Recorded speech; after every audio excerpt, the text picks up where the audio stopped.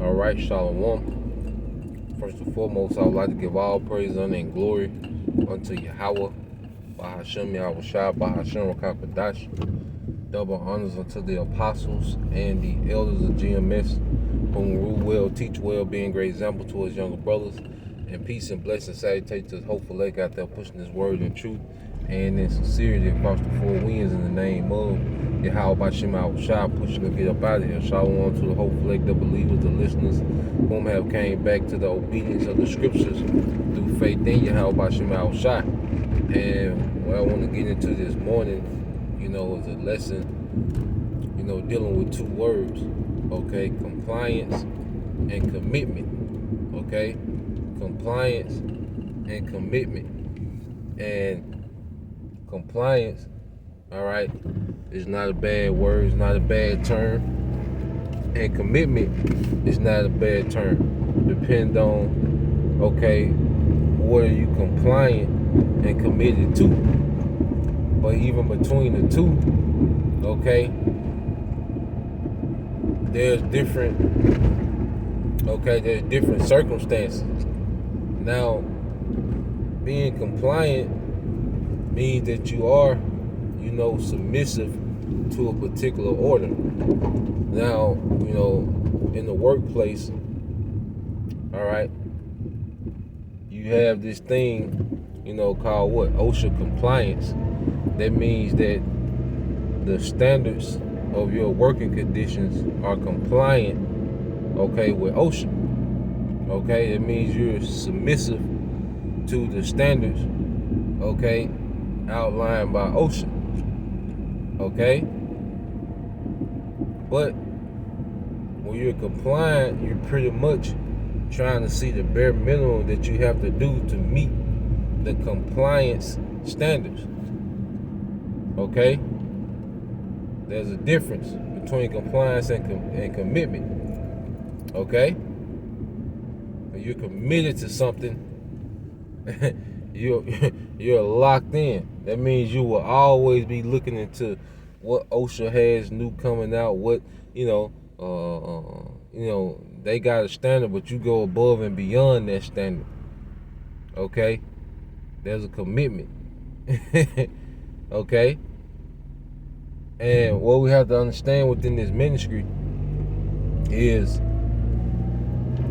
we in a time now where we seeing a lot of compliance, okay, to Yahweh Bashem Yahweh Shai amongst Israel to a degree, some more than others, but you see a form of compliance.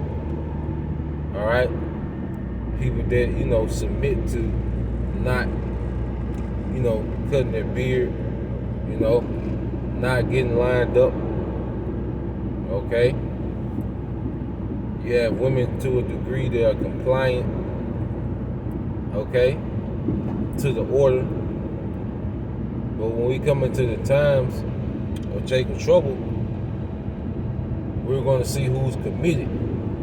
When I pray, me personally, that I'm committed.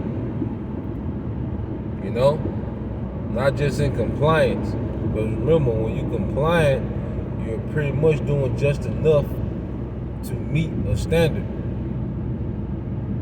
When I say compliance is not bad, it's good to be compliant to Yahweh Bashem Yahweh Shai. Okay? But Jacob's trouble is going to see who committed. That's why it says, then shall be known who are my chosen. Okay? Now, you have examples of people in the Bible that was compliant but wasn't committed. You look at Job's wife. Okay? Now, when everything was good, when Job had it, okay, you best believe she was compliant. She probably didn't give Job no problem. Probably was on point. Speculating in the spirit, there's a great chance that she was very compliant. But when tribulation came, it was exposed that she wasn't committed. Her first thing was curse the Most High and die. See, compliance is conditional. You're compliant to something when it benefits you. You see? Compliance can be conditional. People treat you a certain way as long as you act a certain way that's pleasing unto them. You know? So when it wasn't a smooth thing to be compliant to Yahweh Shem Shai, Job's wife jumped ship. She showed that she wasn't committed. Job showed that he was committed. Through everything he was going through, he showed commitment. Okay? He was committed to Yahweh Shem Shai. Okay? Lot's wife. Okay? Lot was a man of substance. And you could best believe that while everything was going good, okay, that his wife had a form of compliance. Alright? But when they was instructed to leave, okay, Sodom and Gomorrah leave that lifestyle, and she didn't see what was in front of her. She couldn't see beyond, okay, her comfortable lifestyle. She couldn't see beyond that. Then she stopped being compliant and showed that she wasn't committed. She looked back.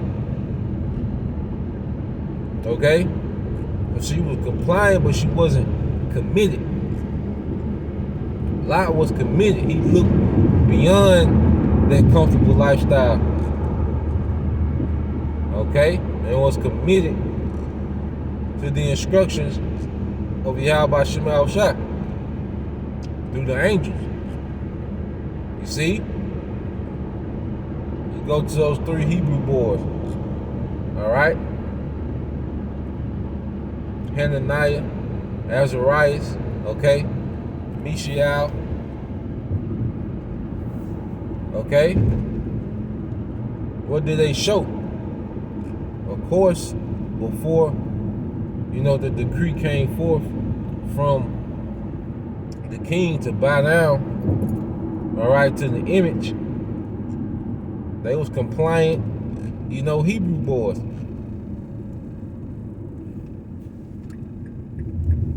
But when they were faced with horrible death for their compliance, they showed that what? They was committed.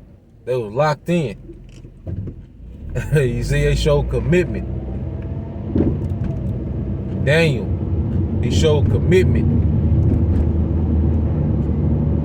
When faced with them circumstances, he showed commitment. And the ultimate example is who? Yahweh Shai. Okay? That's why he ain't talk much to Pilate. But he was committed to the mission. Even though he asked for another way, what did he say? Now, what was the conclusion of that dialogue? Not my will, but thy will. And he knew what it was from there. He was committed from that point on. Okay? See, compliance is not a bad thing, but commitment makes you stay compliant in adversity. You see? And we want to be committed. Okay? And I say Jacob's trouble is going to shine light on those that were just compliant for convenience and those that were committed, okay, through adversity, man. And Lord will, you know, we're committed. You know, you sincere brothers, you sincere sisters, Lord will, we're committed. You know, something to pray for. Okay?